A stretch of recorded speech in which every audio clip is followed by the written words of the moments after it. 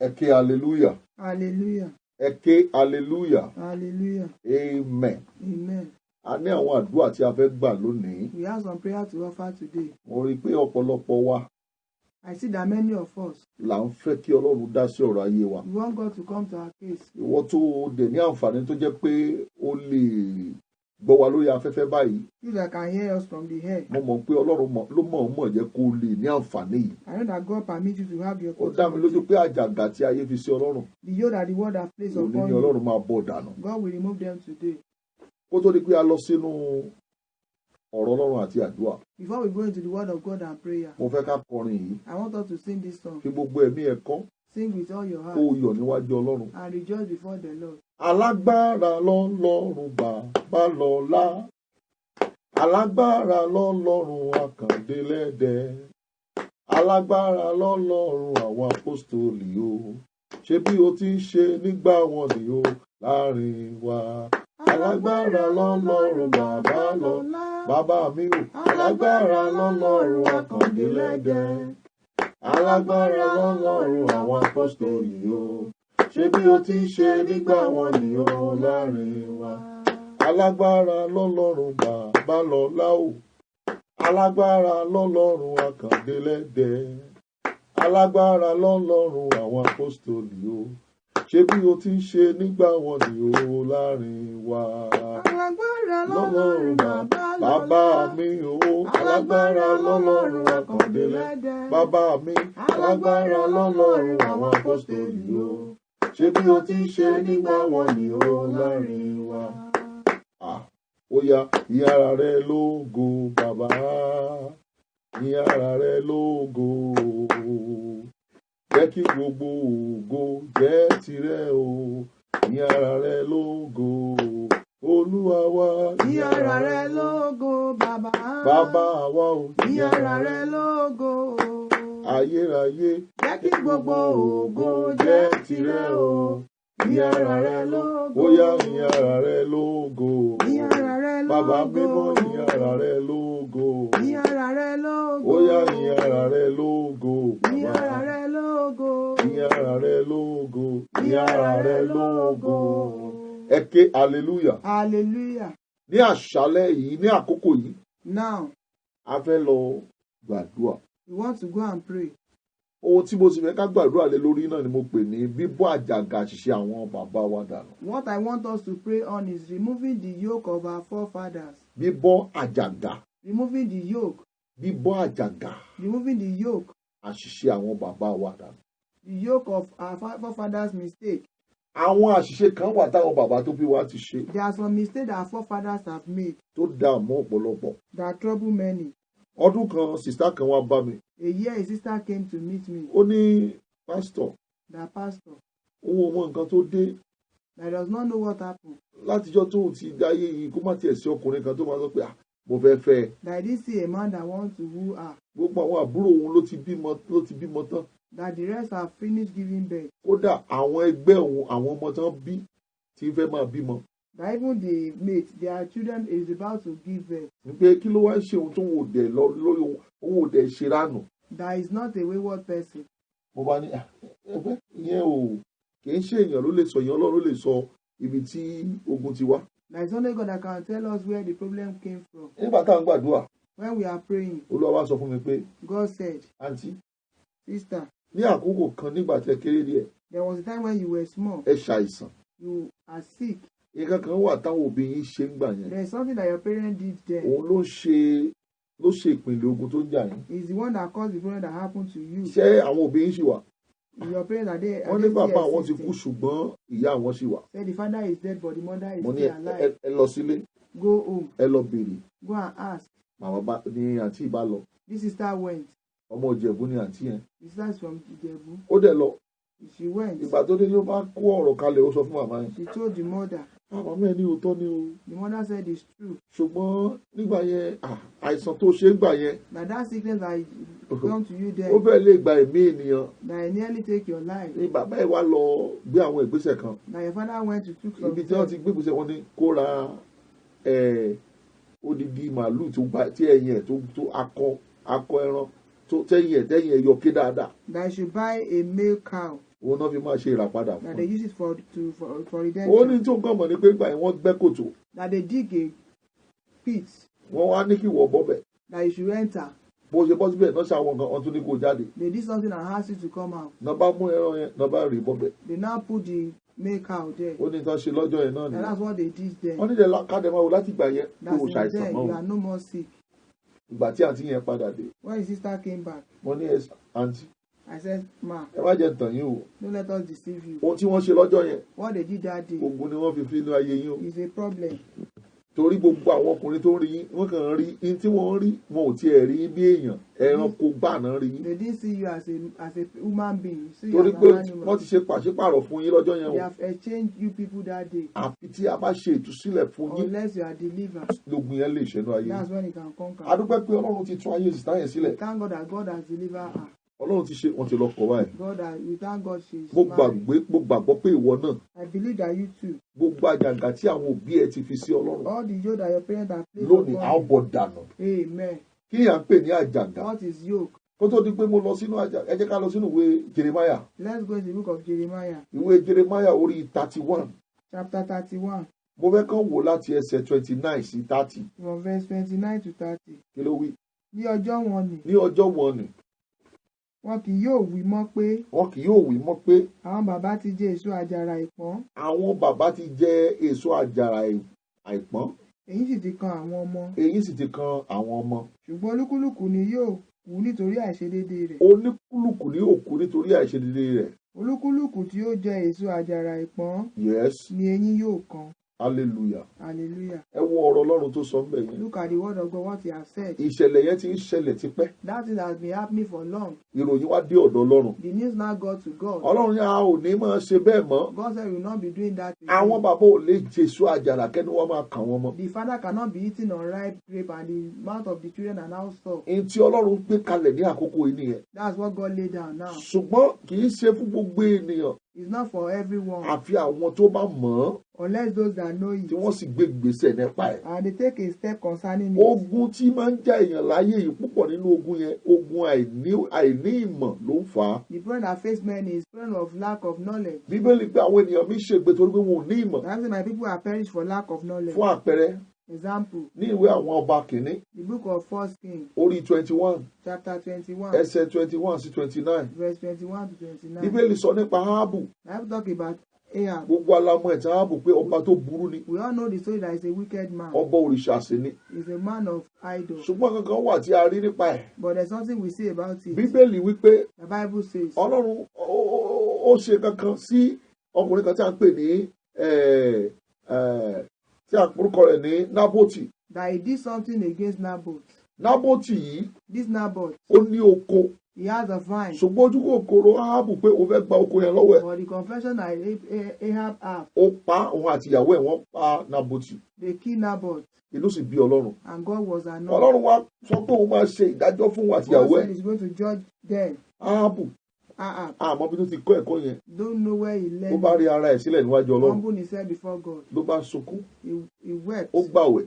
fasted. Ọlọ́run bá ní mo mà rí Áhábù pé ó mà yí padà, God said, I saw Ahab ó changing, mà bẹ̀bẹ̀, pleading. ṣùgbọ́n ohun tí máa ṣe lélẹ́yìí. But this is what I will do. Èmi kì yóò mú ègún ìwá sórí ẹ̀. I won't bring the curse on his time. Ṣùgbọ́n àkókò àwọn ọmọ tó bá bí, But the time of his màá children, wá mú ìdájọ́ ẹ̀ wá I sórí will wọn. not bring the judgment. Ẹ wo bí Ọlọ́run ti sọ̀rọ̀. Look at how God speaks. Àwọn ọmọ tí ò mọ nǹkan kan Those sìn, that did not know anything now, ìyà tí bàbá wọn, ogun tí bàbá wọn gbé kalẹ̀, wọ́n wá bẹ̀rẹ̀ sí í jẹ. so that their father have put down, they start suffering. Arákùnrin àti arábìnrin, Brethren, mo fẹ́ ká gbàdúrà lákòókò I yìí. want us to pray now. Mo mọ̀ pé ọ̀pọ̀lọpọ̀ ogun tó jà àwọn èèyàn lónìí, I know that many problems that happen to many people. púpọ̀ nínú ẹ̀ kì í ṣe ohun tí àwọn èèyàn mọ̀, wọ́n mọ̀ díẹ̀. Many is not from those that know the cause. Ẹlòmíì kan dẹ inú ayé tán ni ló bẹ̀rẹ̀ sí rí i pé àwọn kankan ń jẹ inú ayé òun. Some just go to the word and start seeing that things are coming up in their Ó life. dẹ̀ ti ń wò pé kí lòun ṣe tí gbogbo ẹ lé báyìí. They now ask that what have they done that things are like Ìwọ kọ́ this. ló ṣàṣìṣe, You are not the one that made the mistake. ṣùgbọ́n torí àṣẹ táwọn kan ti ṣe, But because of the one that some people wọ́n have ti gbé made, àjàgà sí ẹ lọ́rùn. they have placed yoke upon you. Nǹkan tí wọ́n láti mọ̀ lélẹ̀ ni pé àwọn tí wọ́n ṣiṣẹ́ òkùnkùn, Those that do evil work, wọn kì í jẹ́ kí àwọn ọmọ wọn kì í rántí pé àwọn ọmọ wọn wà nílẹ̀ táwọn bá ti lọ. they didn't remember that their children are there when they leave. Àwọn míì wọ́n ti pa àwọn ènìyàn lẹ́kún. Some have Make some people to cry. ṣùgbọ́n wọn ò mọ̀ wípé táwọn bá lọ tán ogun táwọn dá dẹ̀ sílẹ̀ fáwọn ọmọ wọn àtàwọn ọmọ wọn wọn lè bọ́ níbẹ̀. They know that once they leave the problem, they cannot be free from them. ọ̀pọ̀lọpọ̀ ìgbà táwọn èèyàn bá gbàdúrà lọ́wọ́ mi máa rí àwọn kan tí Olúwa máa sọ fún mi pé ogun tó ń jẹ ilé yìí torí owó ẹ̀jẹ̀ náà fi tọ́ dàgbà so kò sí bó ṣe lè ṣe lè níláárí. Some people, they use blood money to train them, they will not prosper. so máa wò pé so báwo la ti máa wá ṣe Ọlọ́run á sọ pé ìgbésẹ̀ báyìí lọ́pọ̀lọpọ̀ fi ń bọ̀. Take this step, that's why they will be free. gbọ́ mi. Hear me. àjàgà tí ayé fi sí Ọlọ́run lónìí. The yoke that the word has placed upon you today. lónìí àánú Ọlọ́run bọ́ dànù kúrò lọ́wọ́ rẹ̀. Amen. kí là ń pè ní àjàgà? What is yoke? àjàgà ni kì í jẹ́ kéèyàn ṣe tó wu ènìyàn. He won't allow someone to do what he like.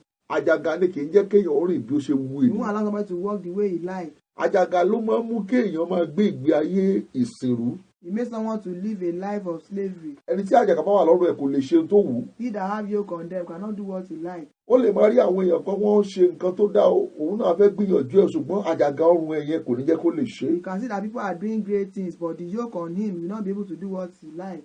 nǹkan tó ń pè ní àjàgà a lè fi wé okùn tó fi sọ́run àwọn ẹranko. What we call yoke, it can be like a rope placed on the animal. ibi tí okùn yẹn tó lè rì dé náà ní àjàgà ní òmìnira wọn lè dé mọ́. Where the rope can get to, that is where their freedom can get to. ẹni tí ó bá wà lábẹ́ ìgbèkùn bẹ́ẹ̀. He that is under such a bondage kò lè ṣe ohun tí àjàgà bá ní kó má ṣe. cannot do what the yoke has him not to do. Praise the Lord. Hallelujah. ẹ gbọ́ mi o. Hear me. tó bá jẹ́ pé àjàgà fún lórí ọ̀fẹ́ pé wàá wáyé wàá lọ léèwé ṣùgbọ́n àti rọ́kọ o àti bímọ o gbàgbé ẹ̀ àjàgà yẹn tí ọ̀bá ìtì ìbọn kò lọ́rùn kò sí bẹ́ẹ̀ ni ẹ ṣe lè ṣe kò lè rí orí ọkọ kankan láyè wọ́n máa gbé jùlẹ̀ ni.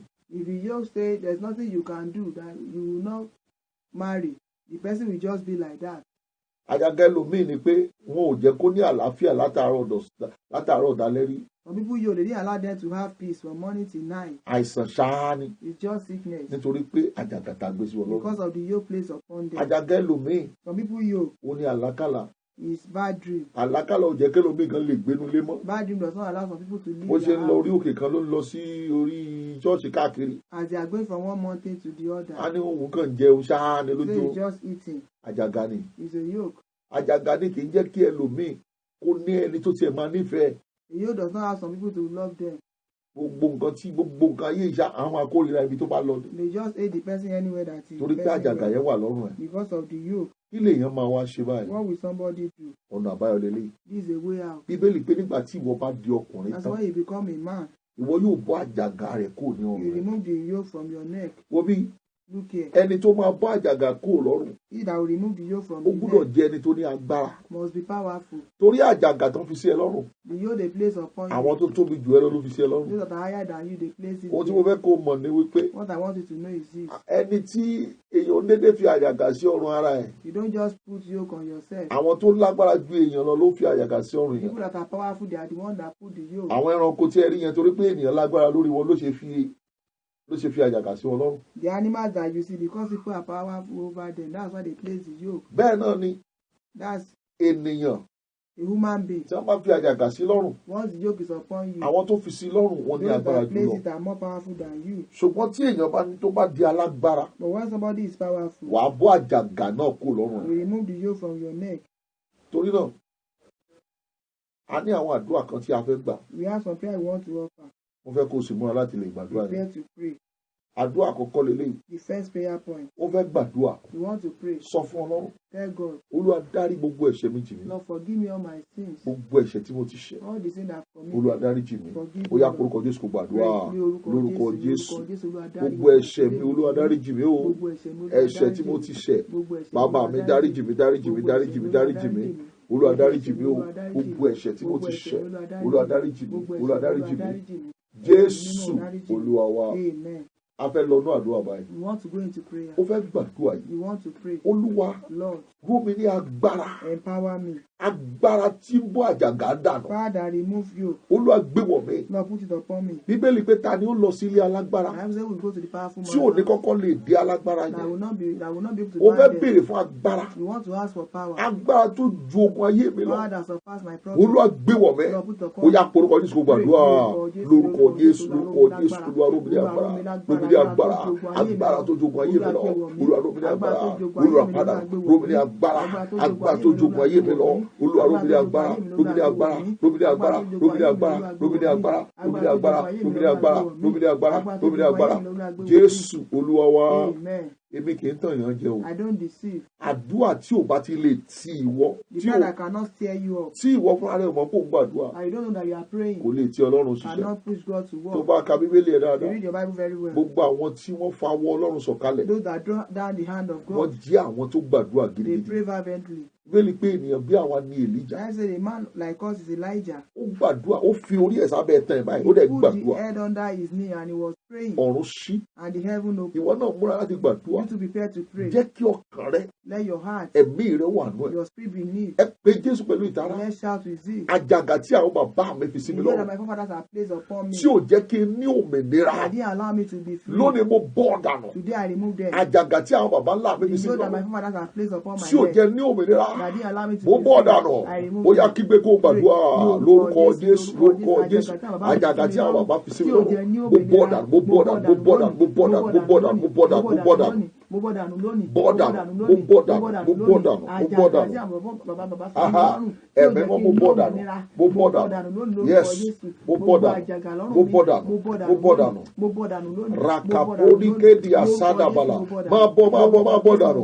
Yes, Jésù Olúwa wa. Amen. Ẹnìkan ń gbóhùn mi báyìí. Someone is hearing my voice. Olúwa ní kí n sọ fún ọ. God said I should tell Ó you ló máa ń pẹ́, ó máa ń rí i pé lójú oorun pé ó máa ń kó àjọ. that you used to collect contribution in your dream. Ojoojúmọ́ ni wọ́n ti lálàá yẹn kò kí í ṣe ẹ̀kan kì í ṣe méjì. It's not once or twice. Wọ́n á máa rí i pé òun kó àjọ. You see that you collect contribution. Wọ́n á máa wò pé àjọ wo ni. Now what kind of contribution is yé ẹ. this? You don't understand. Ìpìlẹ̀ ogun gbáà ni. That is the foundation of problems. Iṣẹ́ táwọn òbí ẹ ti ṣe The òun one lórí that your yẹn. father have done, your parents have Tí ẹni ẹ done. bá ní àǹfààní, If that person have opportunity, ó lè pè mí sórí aago you can call me. torí ó ní àwọn àdúrà tí Ọlọ́run ní kí n fún You ẹ have some prayer point that God said I àti should àwẹ̀ give tó you. máa gbà. And the fasting. Wàá fi phone number lẹ́yìn program wàá fi phone number síbẹ̀. I'll put the phone number there. Ẹ já gbàdúrà yìí. Let's pray. Ẹ kígbe pẹ̀lú ìtara. Let's shout. Olúwa Lord, òmìrán tí ó wà ní ìjájọ ogun ìdílé mi. the strong man behind my family problem. Òmìrán tí a fa ìdílé mi lé lọ́wọ́ The strong man that my family have been tí playing ò with jẹ́ his hand. gbórí sókè. That didn't allow me to rise. Lónìí ní orúkọ Today in Jésù. the name of Ó yá Jesus. ṣubú rẹ̀ kó kú. Fall down and die. Ẹ pariwo ẹ gbàdúrà ní orúkọ Jésù. Òmìrán tí a gbéṣẹ́ ìdílé mi lọ́wọ́. Lórúkọ Jésù ó yá ṣubú rẹ̀ kó kú dànù. Ṣubú rẹ̀ kó kú dànù. Ṣubú rẹ̀ kó kú dànù. Ṣubú rẹ̀ kó kú dànù. Ṣubú rẹ̀ kó kú dànù. Ṣubú rẹ̀ kó kú dànù. Lórúkọ Jésù òmìrán tí a gbé ayé mi lé lọ́wọ́. Ó yá ṣubú rẹ̀ kó kú. Ṣubú rẹ̀ kó kú dànù. Ní orúkọ Jésù ó yá ṣubú rẹ̀ kó kú. Ṣubú rẹ̀ kó kú. Jésù Olúwa wa. Amen. Ẹ já tún àdúrà ìgbà. Let's pray Ẹ já again. sọ fún Ọlọ́run. Let's tell God. Olúwa Lord, àwọn tó kó mi mọ́ ogun ìdílé bàbá mi. those that join me with my family problem. Àwọn tó kó mi mọ́ ogun ìdílé bàbá mi. Those that join me with my father's family Àdúrà yìí problem. ó kàn dáadáa. Is this one is among to you? Ẹlòmíì kì í ṣe òun gangan ni la pèsè ogun fún. Some is not the person that the plan is Ṣùgbọ́n àwọn tó for. fẹ́ ṣiṣẹ́ wọ́n lọ sínú ìdílé wọn lọ wá káìfù wọ́n lọ wo ìtàn ìdílé wọn wọ́n dẹ̀ tó mọ́ àwọn ogun yẹn bẹ̀. They look at the story of their family and they now join the person with them. Torí ẹlòmíì máa wò pé ẹ̀gbọ́n mi kan nǹkan bá yóò ṣe àǹtí mi nǹkan bá yóò ṣe. Some will say, this my sister, my brother, this thing does not Ó ṣe happen wá to jẹ́ them. mi ní nǹkan yìí ṣe. Why is it me? Hallelujah. Hallelujah. Ohun tó mọ̀ ni wípé àwọn tó ṣe é tó bá fẹ́ ṣiṣẹ́ wọ́n á lọ wọnú ìdílé yín wò pé ǹjẹ́ ègún kan ti wà ńbẹ̀ ǹjẹ́ ọ̀rọ̀ kan wà ńbẹ̀ wọ́n wá lọ fa ìwé yẹn jáde wọ́n á dẹ̀ fi àwọn èèyàn sábẹ́ ègún yẹn. Those that want to do the harm, they will go to your family and check, and they will now put that person under the Ẹ bondage. já gbàdúrà Let's pray. agbára tó kó mi mọ́ ogun ìdílé Father, bàbá mi. join me with my father's family Wọ́n á ní problem. lórúkọ We say Jésù in the name of Jesus. mo bọ́ kó lọ́wọ́ rẹ lónìí. I'm free from you today. Sọ agbára nù lórí Lost mi. your power Ó yẹ over me. porúkọ Jésù ẹ gbàdúrà. Ní Lórúkọ Jésù agbára tó kó mi mọ́ ogun ìdílé bàbá mi. Lórúkọ Jésù ó yá mo bọ́ lọ́wọ́ rẹ. Lórúkọ Jésù ó yá agbára rẹ kó dòkú nínú ayé mi.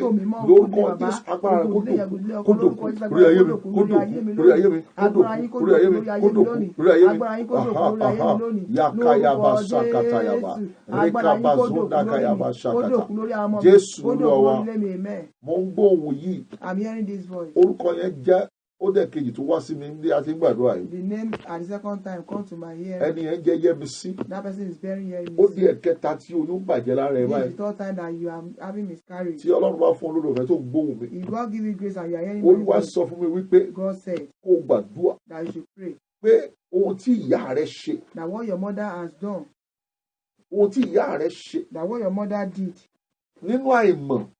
In ignorance. Tó ń dààmú wọn tó bí lọ́mọ. That trouble you. Kí Ọlọ́run kó fi àánú gbà ọ́ kúrò lọ́wọ́. And also use mercy to save you from ohun tí mo gbọ́ ni wípé. What I heard is this. Ìyá rẹ̀ ti ṣe àṣẹ kan sẹ́yìn. That your mother have done a mistake. Wọn ò sì mọ̀ wípé nǹkan yẹn lè padà wá. And she didn't know that it will come to tó o bá gbàdúrà yìí. If you don't pray. Ọmọ ò ní gbọ́ pa o. You won't hear about it. Bó bá ti ń lóyún yẹn ṣe ló máa bàjẹ́. Once you are pregnant, you have miscarriage. Ẹ jẹ́ gbàdúrà ẹlẹ́ẹ̀kan sí. Let's pray. Ẹ sọ fún Ọlọ́run. Tell God. Olúwa. Lord. Ilẹ̀kùn tí ogun ìdílé tì mọ́ mi. The door that the family problem has shut against Olúwa ṣí kalẹ̀ fún mi lónìí. Lord, open it Ó for yẹ me. orúkọ Jésù ẹ gbàdúrà. Lórúkọ Jésù lórúkọ Jésù ilẹ̀kùn tí ogun ìdílé tì mọ́ mi. Lórúkọ Jésù Olúwa máa ṣí máa ṣí máa ṣí máa ṣí. Bóyá máa ṣí bóyá máa ṣí bóyá máa ṣí bóyá máa ṣí bóyá máa ṣí bóyá máa ṣí bóyá máa ṣí bóyá máa ṣí. Olúwa ṣí lórúkọ Jésù Olúwa ṣí ilẹ̀kùn tí ogun ìdílé tì mọ́ mi. Bóyá máa ṣí bóyá máa ṣí bóyá máa ṣí bóyá máa ṣí bóyá máa ṣí lórúkọ Jésù máa ṣí máa ṣí máa ṣí. Jésù Olúwa wa. Ẹ já gbàdúrà èpè àti ègún. Let's pray. Curse and spell. Èpè àti ègún. Curse and spell. Tó jà lórí ayé mi. That is fighting my life. Ẹ sọ agbára nù lónìí. Lost your power today. Ní orúkọ Jésù. In the name of Jesus. Ẹ pariwo ẹ gbàdúrà. Lórúkọ Jésù lórúkọ Jésù. Èpè àti ègún tó jà lórí ayé mi. Ẹ sọ agbára nù. Ẹ sọ agbára nù. Ẹ sọ agbára nù. Ẹ sọ agbára nù. Yes. Màkàtúrà kàràbáyà gàdàgàdà. Ẹ ó yá máa sọ agbára nù. Ó yá ẹ sọ agbára nù. Ẹ sọ agbára nù. Ẹ sọ agbára nù. Jésù Olúwa wa. Bá a ṣe gbàdúrà Ọlọ́run fi ràn ìránṣẹ́ Ọlọ́run kan hàn mí. God show me a minister of God. Ó ń gbàdúrà ó ń gbàdúrà. He is praying. Bá a ṣe gbàdúrà ìwọ náà ń gbàdúrà. You are praying. Olúwa sọ fún mi wípé. God said. Ó ló ti fẹ́ sọ ìrètí nù báyìí lórí iṣẹ́ tó ṣe. That you want to lose hope on your job. Ó rò pé Ọlọ́run ò pè ọ́. You thought God has not called you. Nítorí pé o ti gbé gbogbo nǹkan tó ti lè o ti lórí òkè o ti ṣe gbogbo ẹ̀. You have gone to the mountain and did everything. Ṣùgbọ́n iṣẹ́ yẹn ò tiẹ̀ tẹ̀síwájú. But that work is not progressing. Ohun kan tó Ọlọ́run ní kí n sọ fún ẹ lélẹ̀. God said I should tell you. Olúwa ní kó gbàdúrà. God said you should pray. Pé àbẹ́là. That ìmọ́lẹ̀. Candle light. Sorry, ìmọ́lẹ̀. Light.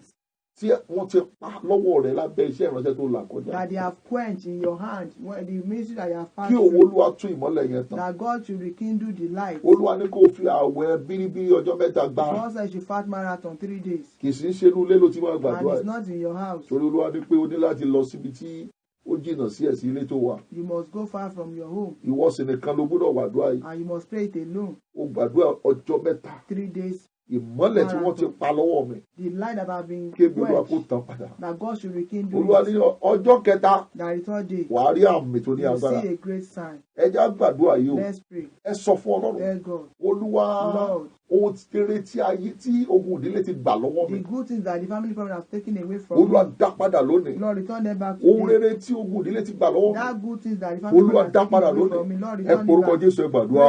Lórúkọ Jésù lórúkọ Jésù. Ohun rere tí ogun ìdílé ti gbà lọ́wọ́ mi. Lórúkọ Jésù Olúwa dá padà. Olúwa dá padà fún mi. Jésù dá padà fún mi. Ohun rere tó ti gbà lọ́wọ́ láti gbà lọ́wọ́ àwọn ọmọ mi. Olùdáǹdè Olúwa dá padà. Olúwa dá padà. Olúwa dá padà. Olúwa dá padà. Gbogbo ohun rere tá a ti gbà lọ́wọ́ mi. Tá a gbà lọ́wọ́ àwọn ọmọ mi. Olúwa dá padà. Amen.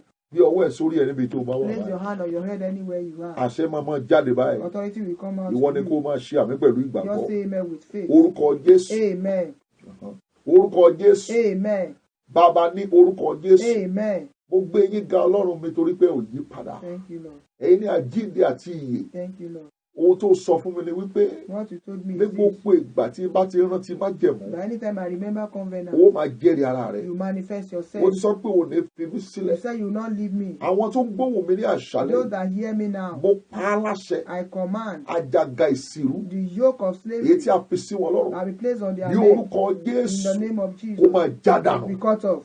Agbára tó bá lóun ní tẹ̀síwájú. Father say you will not progress. Agbára tó ní ojú kan ló máa wà. Father say you be at a stage. Lónìí Today, iná kó ju fire agbára should yẹn burn run. them off.